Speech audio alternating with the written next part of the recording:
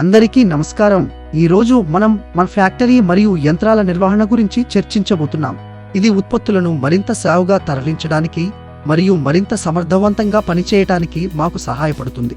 ఈ క్రింది సామర్థ్యాలతో millet noodles తయారీ కర్మాగారాన్ని ఏర్పాటు చేయడంపై మేము దృష్టి సారించాము.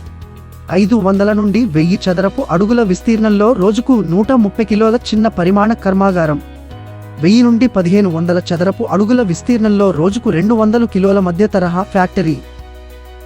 మొదట మేము ముడి పదార్థాల ప్రవేశం మరియు నిల్వతో ప్రారంభిస్తాం. సులభంగా దించే ముడి పదార్థాల నిల్వ కోసం ప్రవేశ ద్వారం సమీపంలో ఒక ప్రాంతాన్ని కేటాయించండి. అప్పుడు పిండి మిల్లును ఉంచండి.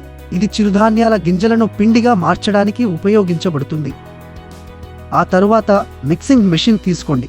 నూడిల్స్ తయారీకి పదార్థాలను కలపడం కోసం కట్టింగ్ మెషిన్ తరువాత బాయిలర్ స్టీమర్ మెషిన్లను ఉంచండి. ఈ యంత్రాలు గ్యాస్ సిలిండర్లతో ఆవిరి ద్వారా నూడిల్స్ను పాక్షికంగా ఉడికిస్తాయి. దీని పక్కన అల్యూమినియం తాపన యంత్రం మరియు పెట్టెలు ఉండాలి. ఈ ప్రదేశం పరిరక్షణ కోసం నూడిల్స్ నుండి తేమను తొలగిస్తుంది. ఈ యంత్రాన్ని ఉంచడానికి ఒక గదిని ఏర్పాటు చేయాలి. అప్పుడు బరువుల యంత్రాన్ని తీసుకోవచ్చు. మిల్లెట్ నూడిల్స్ గ్రాముల వారీగా బరువు పెరగడానికి ఇది ఉపయోగపడుతుంది. ఆ తరువాత మనకు ప్యాకింగ్ యంత్రం అవసరం. ఈ యంత్రం నూడిల్స్ ప్యాకేజీ చేస్తుంది. కార్మికులు ప్యాకేజింగ్ పూర్తి చేసిన తర్వాత నిష్క్రమణ సమీపంలో పూర్తయిన ఉత్పత్తిని నిల్వ చేయడానికి మరియు పంపిణీ చేయడానికి ఒక ప్రాంతాన్ని ఏర్పాటు చేయండి. పూర్తయిన ఉత్పత్తులను నిల్వ చేయడానికి షెల్వింగ్ యూనిట్లు లేదా ప్యాలెట్లను ఉపయోగించండి.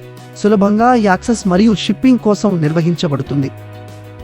ఈ అంశాలన్నింటినీ పరిగణనలోకి తీసుకుంటే మీరు మిల్లెట్ నూడిల్స్ను సమర్థవంతంగా ఉత్పత్తి చేయవచ్చు. వ్యాపార్ కోచ్ ఛానల్కు సబ్స్క్రైబ్ చేయండి. All the best.